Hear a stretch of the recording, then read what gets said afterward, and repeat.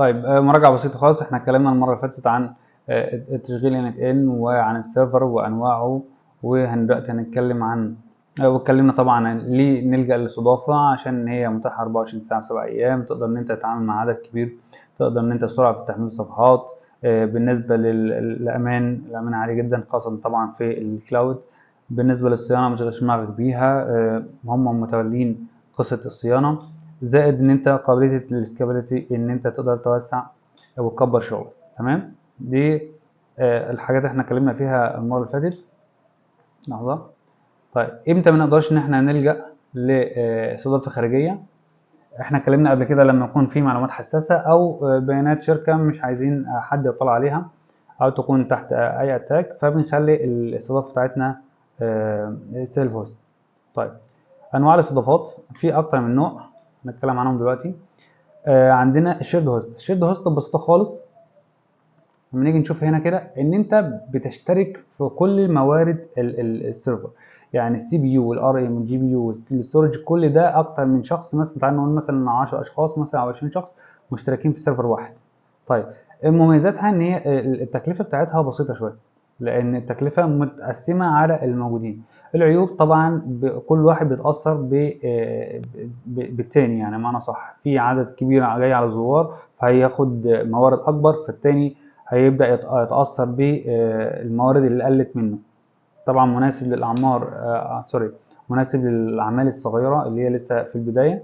التحكم محدود شويه، ان هي مش محتاجه خبره تقنيه عاليه. ده بالنسبه للشيرد هوست. نيجي في في بي اس، وده اتكلمنا عنه المره اللي فاتت. هو ببساطه خالص جزء مخصص من السيرفر بموارد خاصه.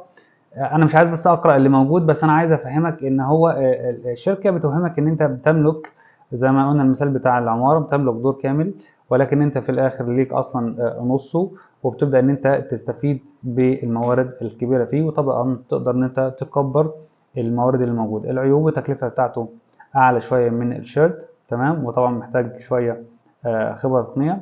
مناسب للمشاريع المتوسطه والصغيره، تمام. مقارنه طبعا بديديكيتد سيرفر، اقل في قابليه التوسع. في حاجه اسمها ديديكيتد سيرفر، ده اعلى شويه من الفي بي اس، تمام. التحكم طبعا اعلى من الشيرد واقل يعني ده وسط ما بين الشيرد هوستنج وما بين الديديكيتد اللي احنا هنتكلم عنه دلوقتي. طيب النوع ده مخصص، انت بتستأجر السيرفر كامل. طبعا ده بيبقى اداء عالي جدا وتحكم عالي في كل صغيره كبيره. العيوب بتاعته ان هو تكلفه عاليه وبتتطلب خبره تقنيه عاليه جدا. طبعا دي مش السكيل بتاعنا بمعنى صح. مناسب للمشاريع الضخمه وزي البنوك، انظمه الدفع الالكترونيه. عندنا بعد كده الكلاود هوستنج، وده طبعا احنا اتكلمنا عنه المره اللي فاتت. ده شبكات من السيرفر الافتراضيه، تدفع حسب الاستهلاك. انت استهلكت ب1000 جنيه هتدفع 1000 جنيه، استهلكت ب100,000 هتدفع 100,000 على حسب استهلاكك، تمام. طبعا بالنسبة للموديل بتاعته أعلى أداء، قابلية إن أنت توسع، لأن أنت بتشتري أو معنى صح بتدفع على قد اللي أنت استخدمته. طبعا في دفع حسب الاستهلاك، احنا قلنا موثوقية عالية جدا. العيوب بتاعته الفواتير معقدة شوية عشان تفهم دي بتاع ايه وفلوس ايه. تحديات أمنية، في شوية تحديات بالنسبة للبيانات الحساسة. طيب بالنسبة للموقع، ذات التغير الكبير في عدد الزوار مثل عروض المبيعات، مناسب للمواقع دي. لا يتطلب خبرة تقنية عالية، تقدر فيه شوية تحكم محدود. بالنسبة للسيرفر كنترول قليل شوية. ده بالنسبة للكلاود هوست. نيجي على مانج ووردبريس هوست، ده خاص بمواقع الووردبريس، في تهيئة مسبقة أصلا للموقع، تمام. التكلفة بتاعته منخفضة، أداء مش هنقول عالي ولكن جيد، مش محتاج خبرة فنية، ولا يتطلب تحكم كبير، يعني مش محتاج إن أنت تحكم، هي معروفة 1 2 3 و4 وخلاص على كده. وهو مناسب لطبعا منشئي مواقع ووردبريس. نيجي على الريسيل هوستنج، دي بقى بمعنى صح انا اروح شاري هوست وابدا ابيع منه اجزاء او اجر منه اجزاء ليوزر تانيين. ده ببساطه خالص. طبعا مناسب لفتح عمل في مجال الاستضافه، والاداء يعتمد على السيرفر رئيس المورد. الاداء بتاعه عالي ولا قليل؟ ده بيعتمد على انا شاري اصلا هوست قد ايه ومنين، تمام. طيب نيجي على كوليكشن ويب هوستنج.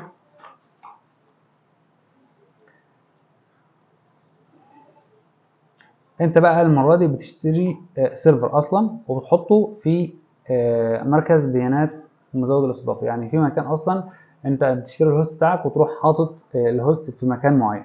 تمام. الشركه هي اللي بتوفر الكلام ده.